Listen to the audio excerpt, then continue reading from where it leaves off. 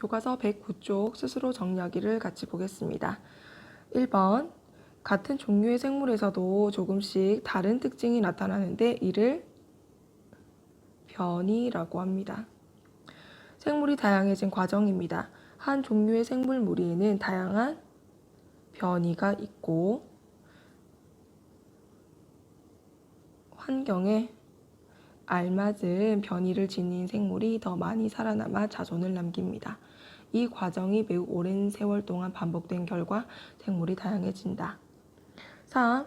어떤 지역에 살고 있는 생물의 다양한 정도를 생물 다양성이라고 합니다. 생물 분류의 목적과 과정을 보겠습니다. 공통점과 차이점에 따라서 무리지어 보는 것을 분류라고 합니다. 2번 생물을 분류할 때에는 몸의 구조, 광합성의 여부, 번식 방법, 유전자 등 생물 고유의 특징으로 정하는데 생물을 분류하면 생물 다양성을 이해하는 데 도움이 됩니다. 3번 생물 분류 과정입니다. 우선 첫 번째 특징을 관찰하고 두 번째 공통점과 차이점을 찾고 분류의 기준을 생물을 분류하는 체계에 보시겠습니다. 생물을 분류하는 기본 단위는 종이라고 했습니다.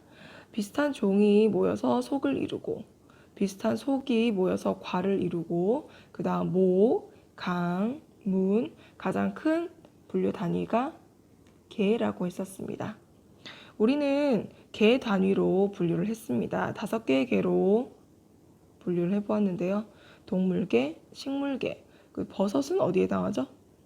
버섯은 균계에 해당하고 집신벌레, 원생생물계, 대장균 이런 것은 핵이 없는 생물계를 이제 원핵 생물계라고 분류를 한다고 했습니다. 자, 이번에는 그 오른쪽에 있는 문제를 보겠습니다. 자, 1번 얼룩말끼리 털 무늬가 조금씩 다른 것은 변이이다. 맞죠? 변이라고 합니다. 2번 생물을 분류하며 생물 다양성을 이해하는 데 도움이 됩니다. 3번 자연 상태에서 짝짓기하여 번식이 가능한 자손을 낳는 무리를 속이라고 한다? 아니죠? 이게 뭐라고 하죠? 자, 짝짓기에서 번식이 가능한 자손을 낳을 수 있는 무리를 종이라고 한다고 했습니다. 4번 원생생물계에 속하는 생물은 세포에 핵이 없다. 세포에 핵이 없는 것은 원생생물계가 아니고 원핵생물계라고 한다고 했습니다. 그렇죠? X입니다. 2번 문제입니다. 다음 설명에 해당하는 분류 단위를 쓰세요.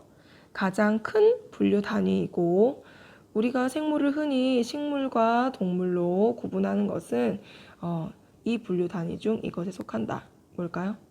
이게 바로 개 단위. 자, 이번에는 121쪽에 스스로 정리하기를 보겠습니다. 생물 다양성 감소 원인은 크게 3가지가 있다고 했습니다.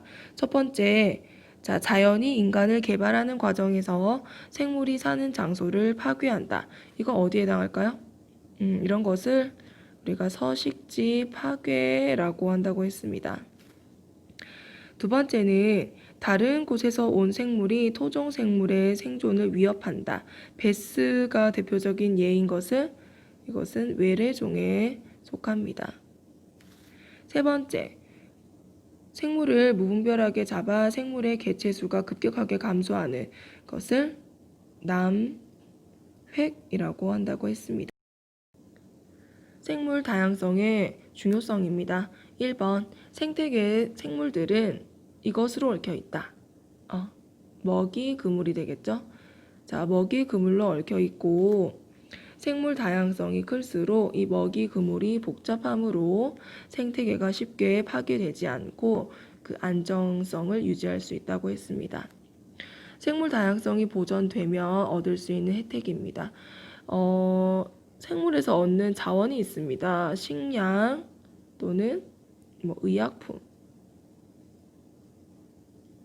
섬유, 목재 이런 것들이 있고 그리고 자연환경과 건강 유지. 생물 다양성 보존 활동에는 첫 번째 국제사회 활동이 있다고 했습니다.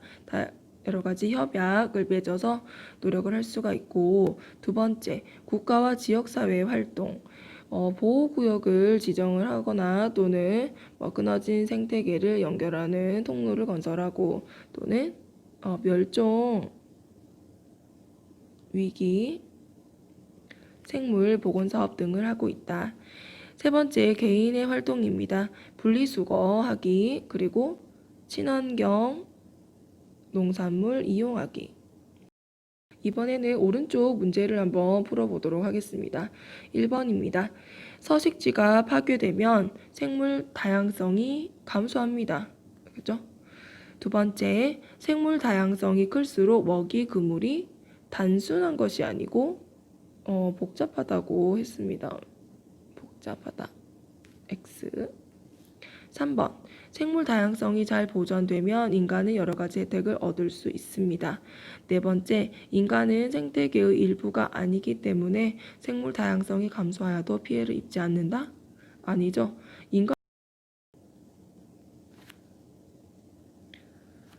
자, 2번 문제입니다. 각 생물 다양성 감소 원인과 관계 있는 것을 선으로 옳게 연결하시오.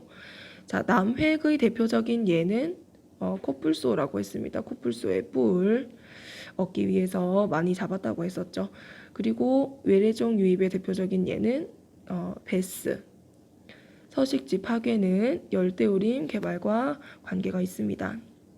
3번 문제입니다. 생물 다양성을 보존해야 되는 까닭으로 옳은 것을 보기에서 모두 고르시오. 기억? 생물의 종류를 제한하기 위해서? 아니죠. 니은? 맞고요. 3번도 맞습니다. 자, 여기까지 해서 우리가 스스로 확인하기까지 했습니다. 우리 바로 뒤에 있는 페이지 잠깐 보도록 하겠습니다. 자, 보시면 스스로 최종 점검하기가 있습니다. 이거는 여러분들 개별적으로 문제를 풀고 교과서 뒤에 부록에 보시면 정답 나와 있습니다. 정답을 보시고 정답 체크하시면 되겠습니다. 수고 많으셨습니다.